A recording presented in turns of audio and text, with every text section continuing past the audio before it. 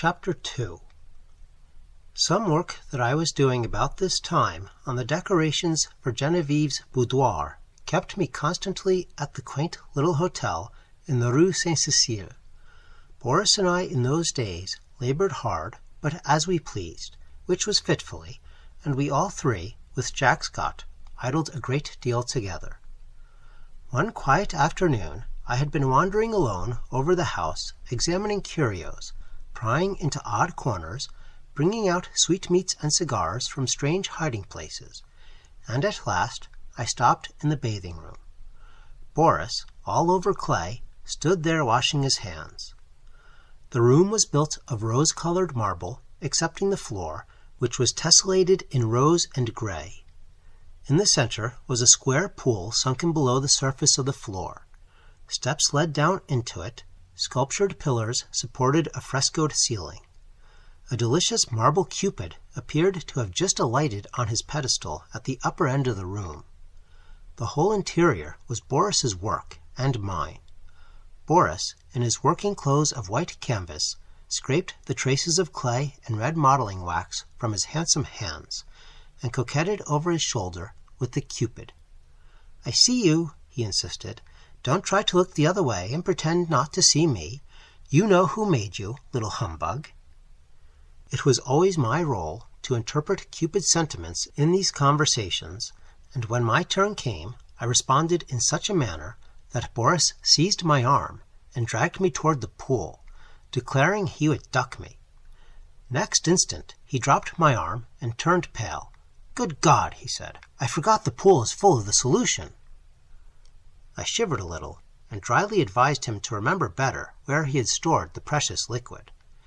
"In heaven's name, why do you keep a small lake of that gruesome stuff here of all places?" I asked.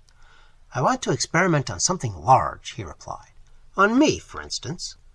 "Ah, that came too close for jesting. But I do want to watch the action of that solution on a more highly organized living body. There is that big white rabbit," he said, following me into the studio. Jack Scott, wearing a paint-stained jacket, came wandering in, appropriated all the oriental sweetmeats he could lay his hands on, looted the cigarette case, and finally he and Boris disappeared together to visit the Luxembourg Gallery, where a new silver bronze by Rodin and a landscape of Monet's were claiming the exclusive attention of artistic France. I went back to the studio and resumed my work. It was a Renaissance screen, which Boris wanted me to paint for Genevieve's boudoir, but the small boy who was unwillingly dawdling through a series of poses for it today refused all bribes to be good. He never rested an instant in the same position, and inside of 5 minutes I had as many different outlines of the little beggar. "Are you posing, or are you executing a song and dance, my friend?" I inquired. "Whichever monsieur pleases," he replied with an angelic smile. Of course I dismissed him for the day, and of course I paid him for the full time, that being the way we spoil our models. After the young imp had gone, I made a few perfunctory daubs at my work, but was so thoroughly out of humor that it took me the rest of the afternoon to undo the damage I had done. So at last I scraped my palette, stuck my brushes in a bowl of black soap, and strolled into the smoking room. I really believe that, excepting Genevieve's apartments, no room in the house was so free from the perfume of tobacco as this one. It was a queer chaos of odds and ends, hung with threadbare tapestry. A sweet-toned old spinet in good repair stood by the window. There were stands of weapons, some old and dull, others bright and modern, festoons of Indian and Turkish armor over the mantel, 2 or 3 good pictures, and a pipe rack. It was here that we used to come for new sensations in smoking. I doubt if any type of pipe ever existed which was not represented in that rack. When we had selected one, we immediately carried it somewhere else and smoked it, for the place was, on the whole, more gloomy and less inviting than any in the house. But this afternoon the twilight was very soothing. The rugs and skins on the floor looked brown and soft and drowsy. The big couch was piled with cushions.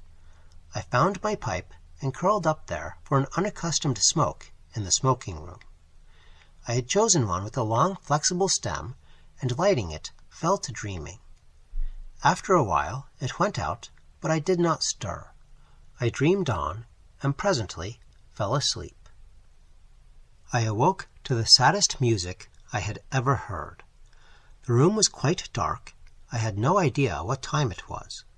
A ray of moonlight silvered one edge of the old spinet, and the polished wood seemed to exhale the sounds as perfume floats above a box of sandalwood. Someone rose in the darkness and came away weeping quietly, and I was fool enough to cry out, "Genevieve!" She dropped at my voice, and I had time to curse myself while I made a light and tried to raise her from the floor. She shrank away with a murmur of pain. She was very quiet and asked for Boris. I carried her to the divan and went to look for him, but he was not in the house, and the servants were gone to bed. Perplexed and anxious, I hurried back to Genevieve. She lay where I had left her, looking very white. "I can't find Boris, nor any of the servants," I said. "I know," she answered faintly. "Boris has gone to Ept with Mr. Scott. I did not remember when I sent you for him just now." "But he can't get back in that case before tomorrow afternoon, and... Are you hurt? Did I frighten you into falling? What an awful fool I am, but I was only half awake." "Boris thought you had gone home before dinner. Do please excuse us for letting you stay here all this time." "I have had a long nap," I laughed, "so sound that I did not know whether I was still asleep or not when I found myself staring at a figure that was moving toward me and called out your name. Have you been trying the old spinet? You must have played very softly. I would tell 1,000 more lies, worse than that one, to see the look of relief that came into her face. She smiled adorably and said in her natural voice, "Alec, I tripped on that wolf's head, and I think my ankle is sprained. Please call Marie, and then go home." I did as she bade me, and left her there when the maid came in.